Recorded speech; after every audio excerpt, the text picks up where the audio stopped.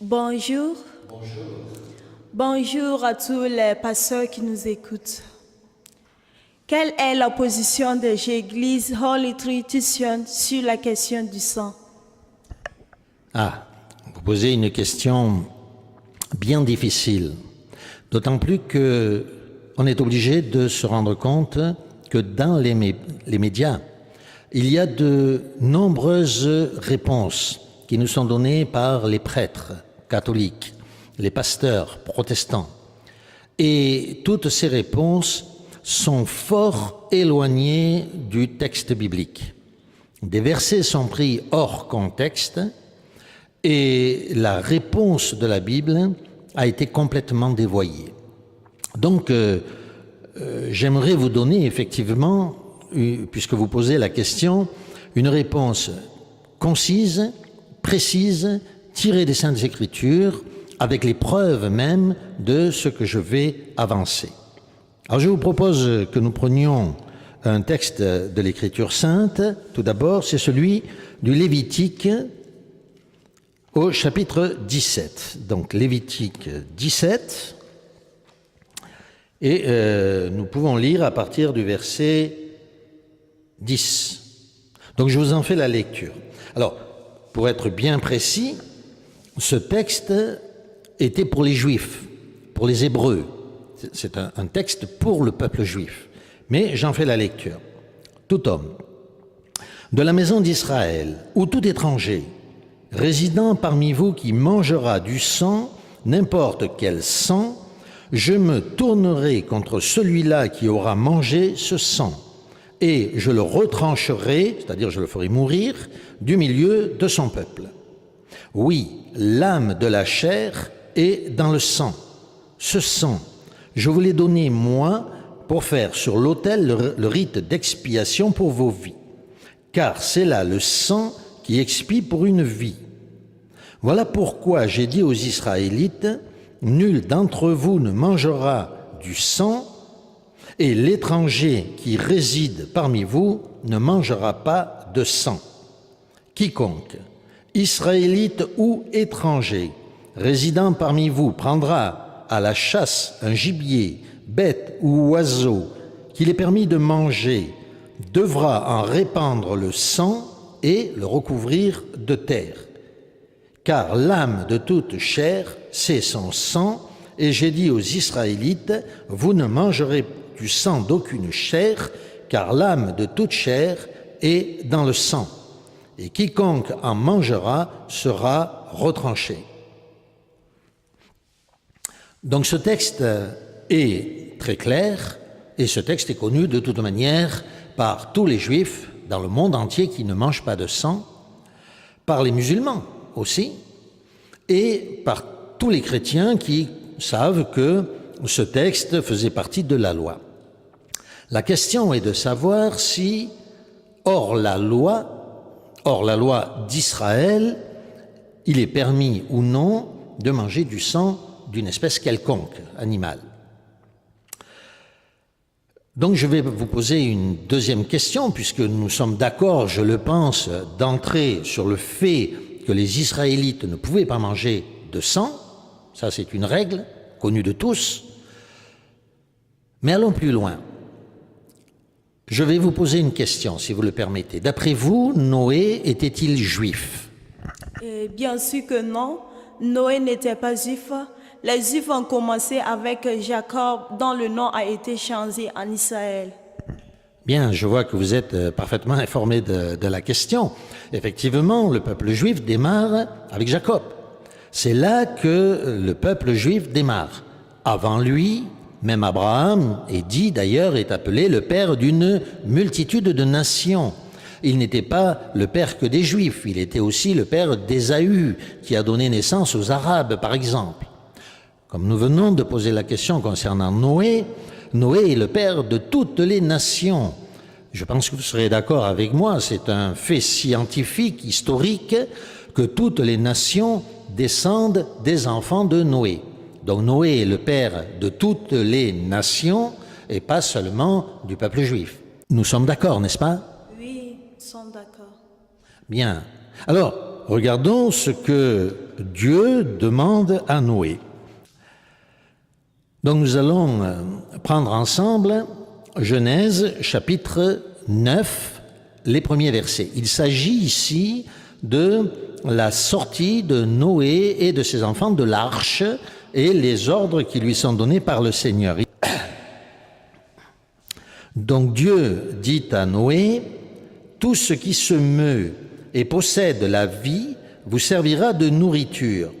Je vous donne tout cela au même titre que la verdure et les plantes, seulement vous ne mangerez pas de chair avec son âme, c'est-à-dire son sang. » L'ordre est clair, n'est-ce pas? Noé pouvait manger de tout, et de toute chair, de tout animal qui se meut sur la terre, mais il ne devait pas le manger avec le sang. Pourquoi? On peut donner diverses raisons. Ce n'est pas l'objet de notre discussion d'aujourd'hui. Il est évident qu'on ne peut pas, en l'affaire de quelques minutes, traiter tous les aspects de cette question qui sont très nombreux. Les preuves sont multiples et abondent. Je vous en donne juste quelques-unes rapidement. Nous aurons l'occasion, à travers d'autres vidéos, de revenir sur ces questions. Alors, nous venons de voir que les Israélites ne pouvaient pas manger de sang. C'était la loi de Dieu. Nous avons vu que Noé, qui n'était pas juif, mais qui était le père de l'humanité tout entière, a reçu l'ordre, et à travers lui, toute l'humanité, de ne pas manger de sang. Ici, il n'est pas question de la loi de Moïse, car je pense que vous serez d'accord avec moi, Noé n'était pas sous la loi d'Israël, puisqu'il n'était pas israélite, puisqu'il est venu avant la loi. N'est-ce pas? Bien. Maintenant, donc, qu'en est-il des premiers chrétiens? Je vous propose donc de prendre acte au chapitre 15. Alors, les choses sont les suivantes. Des gens qui prétendaient avoir été envoyés par Jacques arrivent dans l'église d'Antioche.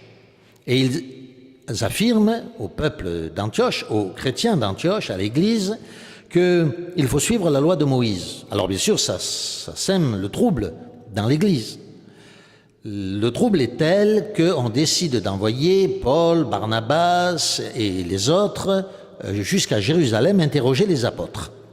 Donc on réunit les apôtres et les anciens et on leur pose la question, est-ce que les tout premiers chrétiens qui sont issus des nations doivent suivre la loi d'Israël?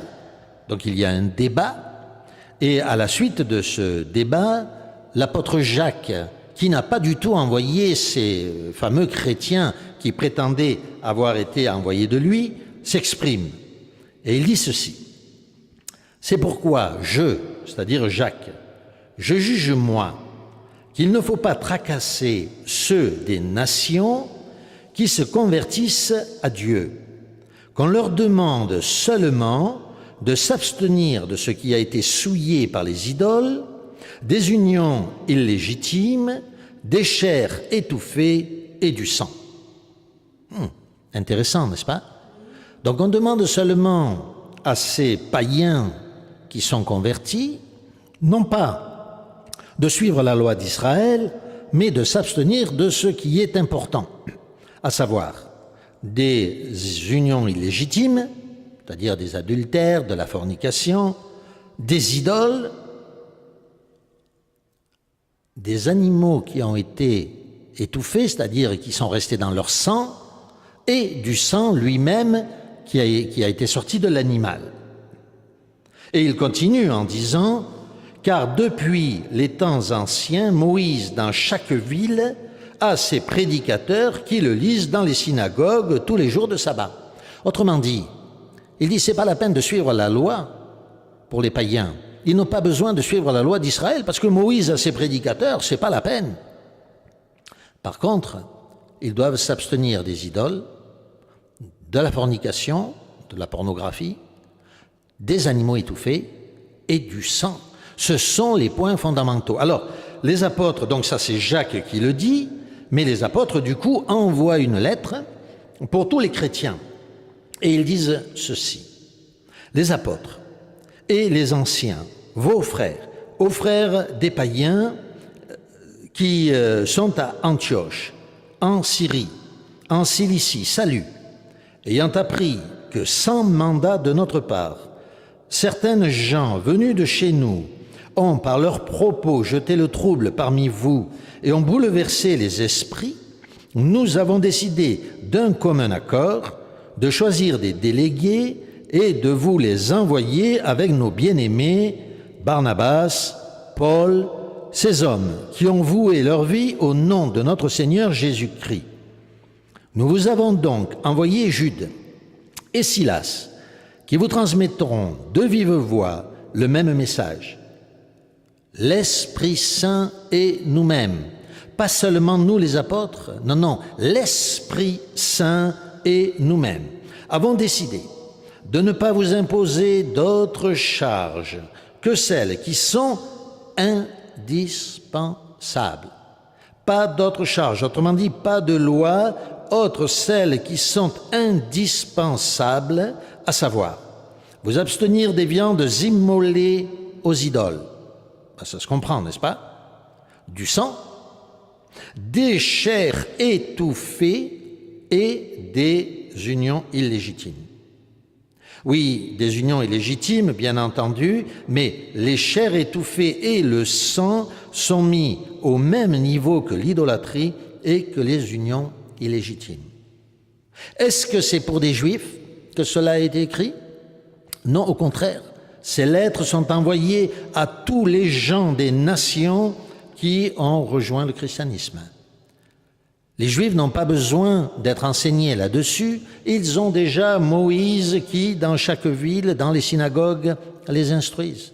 Ces ordres sont donnés aux gens des païens qui ont embrassé le christianisme. Et la lettre des apôtres termine en disant « Vous ferez bien de vous garder de ces choses. » Adieu. Vous ferez bien de vous garder de ces choses. Je vais terminer par une pensée, c'est-à-dire les citations des tout premiers chrétiens. Comment cela se passait à l'origine dans le christianisme primitif, c'est-à-dire le christianisme du 1er, 2e, 3e siècle. Écoutons ce que nous enseignent les tout premiers chrétiens. Donc pas des chrétiens qui sont judaïsants, non. Vous allez le voir, sont des chrétiens qui arrivent pour beaucoup en 150 après Jésus-Christ, en 200, 250, 325 Eusèbe de Césarée, par exemple, après Jésus-Christ. Donc nous sommes dans les premiers siècles, tout premiers siècles. Écoutez, Justin, dans son livre La Grande Apologie, écrit « Rougissez, écrit-il aux Romains, rougissez d'imputer aux chrétiens des crimes dont ils sont si éloignés qu'ils ont même interdit sur leur table le sang des animaux, et que par cette raison, ils s'abstiennent des bêtes étouffées, mortes d'elles-mêmes, pour ne se souiller d'aucun sang. Vous ne l'ignorez pas, puisque parmi vos moyens de corruption, vous présentez à la fois des chrétiens des mets remplis de sang. » Autre citation, toujours de Justin. « Or, je vous le demande, pouvez-vous croire que ces hommes, donc les chrétiens, accoutumés à ne voir qu'avec horreur le sang des animaux, soient si fort altérés du sang de leurs semblables? Vous les reconnaissez, puisque vous les envoyez au supplice lorsqu'ils goûtent le sang. » Que nous dit Tertullien dans un autre de ses livres appelé Apologétique? Il écrit « Rougissez de votre aveuglement devant nous autres chrétiens, qui ne regardons pas même le sang des animaux comme un des mets qui nous est permis de manger. Aussi, pour les mettre à l'épreuve, vous leur présentez dans les arènes des saucisses gonflées de sang, bien convaincus que ce mets est défendu chez eux et que c'est un moyen pour les détourner de la voie. Comment pouvez-vous donc croire que ces hommes, dont vous en êtes persuadés, qu'ils exècrent le sang animal, sont avides de sang humain? Écoutons ce que nous dit donc, comme je le citais tout à l'heure, Eusèbe de Césarée, et là nous sommes maintenant en 325 après Jésus-Christ. Il écrit, parlant d'une chrétienne qui a subi le martyre, Biblis parla ainsi devant les autorités romaines qui l'interrogeaient. Comment ces gens-là, c'est-à-dire les chrétiens, mangeraient-ils de petits enfants alors qu'il n'aurait même pas permis de manger le sang des animaux? Un autre chrétien romain célèbre Ménicis Félix. Si grande, dit-il, est notre répugnance pour le sang humain que nous nous abstenons même d'employer dans notre alimentation le sang des animaux. Voyez, que ce soit par ordre donné aux Juifs de ne pas manger de sang, que ce soit par ordre donné au Père de toute l'humanité non juive, Noé, de ne pas manger de sang, que ce soit par ordre donné aux chrétiens, par le Saint-Esprit et le Collège des apôtres, aux païens, c'est-à-dire aux gens issus des nations, de ne pas manger de sang, de ne pas consommer de sang ni d'animaux étouffés. Cet ordre avait été si bien compris par les premiers chrétiens que tous, jusqu'au moins en l'an 500 de notre ère, c'est-à-dire depuis le début jusqu'en l'an 500 de notre ère, on mettait les chrétiens dans les arènes et pour les faire renier, on leur donnait des tranches de boudin ou des mets, des plats préparés avec du sang. Et s'ils mangeaient de ce boudin ou s'ils mangeaient de ce plat fait avec du sang, ils étaient immédiatement relâchés de l'arène et ils n'étaient pas livrés aux bêtes.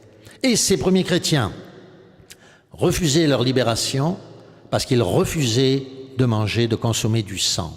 Voilà la position de la parole de Dieu sur le sang. Est-ce que ma réponse vous convient?